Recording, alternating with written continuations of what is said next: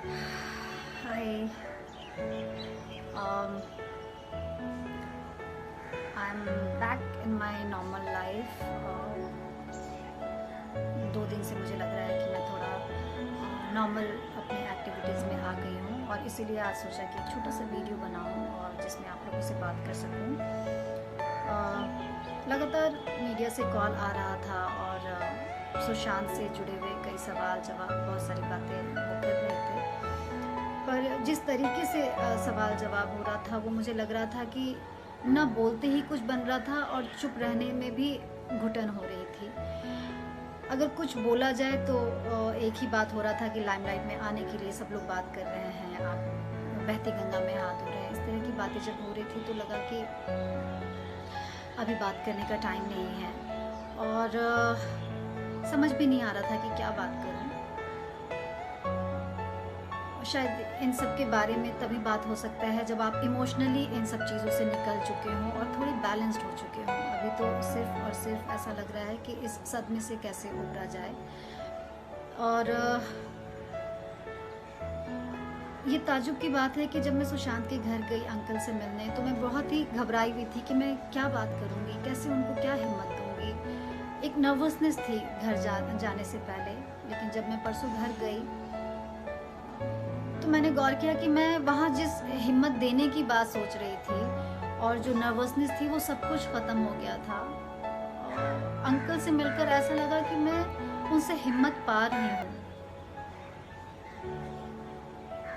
तो ऐसे में क्या ही आप बात करोगे और क्या ही हिम्मत दोगे।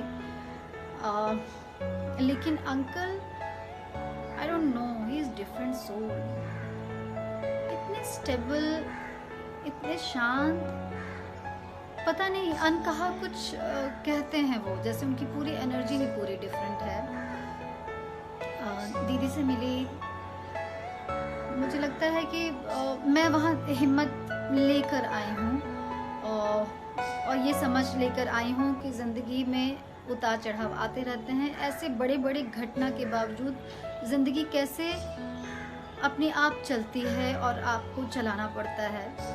और अंकल को देखकर सच में अंदर से कुछ चेंज हुआ है और मैं नॉर्मल लाइफ में काफ़ी स्ट्रांग फील कर रही हूँ। मुझे लग रहा है मैं बीच में काफ़ी वीक फील कर रही थी कि मैं जो मुझे लगता है जो मैं हूँ वो मैं नहीं हूँ, ऐसे वाली फीलिंग आई थी। बट आई एम बैक और मैं वहाँ सिर्फ एक ही शब्द कह पाई। मुझे लगता है कि सिर्फ इतना ही कि अंकल, मैं हमेशा पटना आती हूँ और मैं जब भी आऊँगी आपसे मिलने आऊँगी।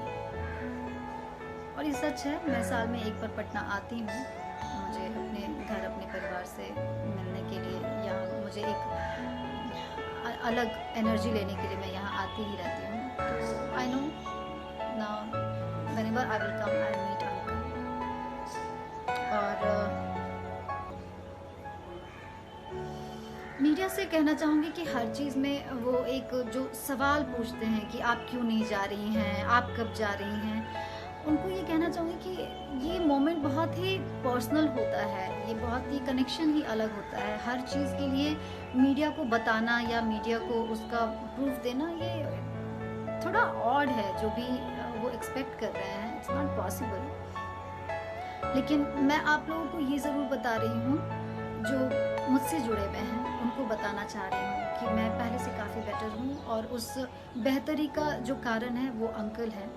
उनसे मिलकर मुझे बहुत हिम्मत मिला और उनसे जो हिम्मत मिला है वही हिम्मत मैं अपनी माँ से शेयर कर रही हूँ, क्योंकि मॉम सच में बहुत ज़्यादा स्ट्रेस्ड थी और दुखी थी। मेरे जाने के नाम से परेशान हो जा रही थी। बहुत पैनिक वाला माहौल था। हो सकता है सब लोग ज़िंदगी में आगे बढ़ जाएंगे, बढ़ते ही हैं, लेकिन जो पेरेंट्स हैं उनके मन में एक घबराहट, एक चिंता, उसका जो लेवल है वो बढ़ गया है। तो हम लोगों ने फील किया कि जो बीच में प्रॉब्लम है वो है कम्युनिकेशन। हम लोग, स्पेशली मैं, मुझे नहीं, औरों का शायद नहीं पता, मैं बहुत हल्की फुल्की बातें करती हूँ माँ से, बहुत मुश्किल वाली बातें नहीं करती, इतनी शेयरिंग नहीं होती जो मैं फेस कर रही होती हूँ। डर एक कारण है कि कहीं माँ को स्ट्रेस ना हो। लेकिन अब समझ में आया है कि